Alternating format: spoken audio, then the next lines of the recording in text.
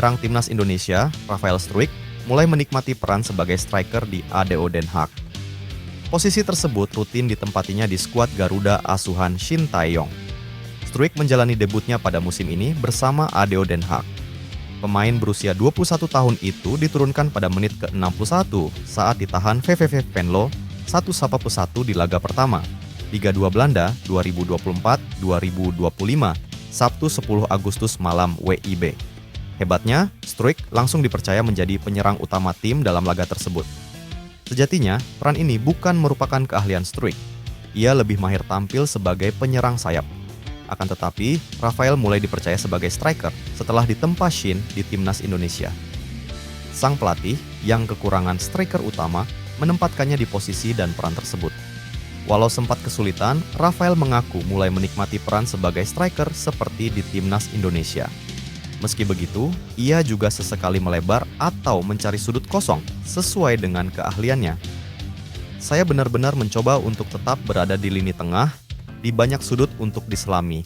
Itu benar-benar permainanku karena aku juga seorang penyerang sayap, tutup Rafael Struijk. Marten Paes resmi memperkuat timnas Indonesia pada Minggu, 18 Agustus 2024. Menurut Sekjen PSSI Yunus Nusi, Marten Paes akan menjalani sidang di KAS pada Kamis 15 Agustus 2024 dan pada Minggu 18 Agustus 2024 akan diumumkan hasil sidangnya. 15 Agustus sidang dan 18 Agustus pengumuman. Kami harap bisa memenangkan, kata Yunus Nusi. Jika benar sidang dilangsungkan pada 15 Agustus 2024 dan pengumuman dilakukan 3 hari kemudian, peluang Marten Paes memenangkan perkara sangat besar. Hal itu diungkapkan staf ahli Kemenpora yang biasa mengurus proses naturalisasi pemain keturunan, Hamdan Hamedan. Ia menilai kondisi COVID-19 menjadi modal kuat PSSI dan Marten Paes untuk memenangkan persidangan. Kondisi COVID-19 ini yang dapat membuka peluang Marten Paes memenangkan persidangan. Karena ada COVID-19, turnamen diundur 1 tahun. Jadi, ada faktor itu dan diperbolehkan sama UEFA. Kalau kita lihat di rules eligible, mereka membuka ruang untuk pengecualian seperti pandemi global dan bencana alam, kata Hamdan Hamedan. Jika Marten Paes memenangkan sidang, kiper 25 tahun ini diprediksi dapat ambil bagian saat timnas Indonesia menghadapi Arab Saudi dan Australia di 2 laga awal grup C kualifikasi Piala Dunia 2026 zona Asia.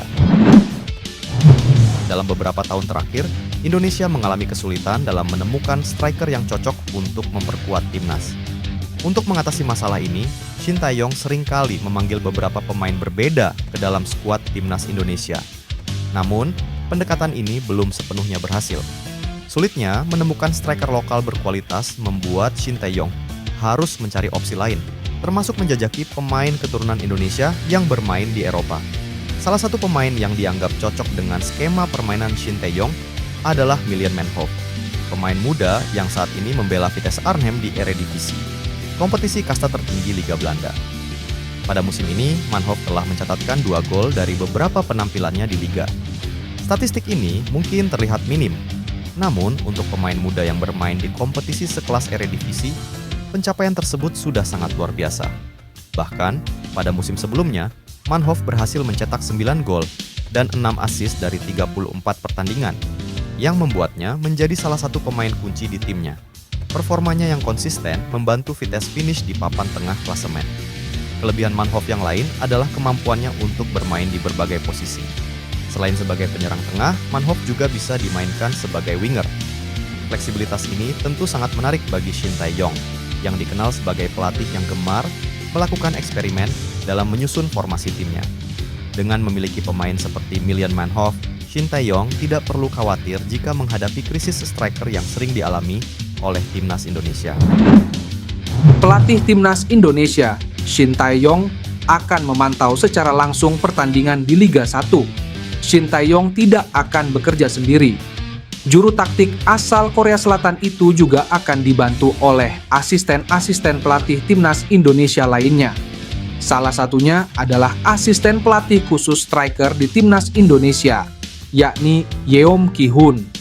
Seperti diketahui, Shin Tae-yong dan beberapa staf kepelatihan timnas Indonesia sudah berada di tanah air.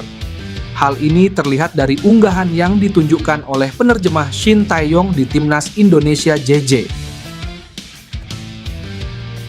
Kini, Shin Tae-yong sudah kembali lagi ke Indonesia untuk melakukan persiapan kepada tim Merah Putih. Salah satu persiapannya yakni mencari pemain-pemain terbaik lewat Liga 1. Shin Tae-yong memang sering mencari pemain-pemain untuk timnas Indonesia lewat Liga 1. Shin Tae-yong harus segera menyusun program untuk timnas Indonesia karena sebentar lagi akan menjalani 2 pertandingan. Timnas Indonesia dijadwalkan akan melawan Arab Saudi dan Australia pada laga pembuka grup C putaran ketiga kualifikasi Piala Dunia 2026 zona Asia. STY bikin kejutan dengan mendatangkan pemain ini di lini depan skuad Garuda. Dengan masuknya pemain ini di skuad Garuda, maka bisa dipastikan lini depan skuad Garuda makin menggila. Siapakah pemain itu? Pemain tersebut adalah Daan Rots, pemain keturunan Indonesia yang lahir di Groenlo, Belanda, pada 25 Juli 2001. Daan Rots saat ini tergabung dalam klub FC Twente di era divisi Belanda. Diketahui, Daan Rots memiliki darah Indonesia dari sang kakek yang berasal dari Palembang. Dari kabar yang beredar saat ini, Daan Rots dan PSSI sudah sepakat untuk menjalani proses naturalisasi. Lini depan skuad Garuda memang masih perlu mendapat sokongan tenaga baru. STY masih mencari-cari sosok penyerang haus gol untuk memperkuat skuad Garuda. Melalui scoutingnya, STY akhirnya menemukan bakat hebat seorang Daan Rots. Daan Rots adalah pemain yang bisa menempati beberapa posisi. Dia bisa dimainkan di posisi sayap dan penyerang tengah. Daan Rots sendiri merupakan pemain yang lahir dan besar di Akademi FC Twente. Penampilan memukau di tim muda 20 membawa dirinya dipromosikan ke tim utama sejak musim 2020. Sejak saat itu penampilannya terus meningkat tiap musim, hingga menjadi pilihan utama di lini depan FC Twente. Ole Romeni bakal memperkuat timnas Indonesia melawan Bahrain di matchday ketiga grup C kualifikasi Piala Dunia 2026 zona Asia. Peluang itu ada, karena baru-baru ini penyerang 24 tahun mengeluarkan pernyataan mengejutkan. Medio 2 pekan lalu, Ole Romeni ditanya orang Indonesia yang ada di Belanda kelar menyaksikan laga FC Utrecht versus Venezia FC. Kelar pertandingan, Ole Romeni diajak untuk gabung timnas Indonesia oleh sang WNI. Ada banyak hal yang harus dipertimbangkan dulu buat saya, tapi sudah ke arah yang bagus, kata Ole Romeni. Sang WNI juga menyampaikan informasi lanjutan.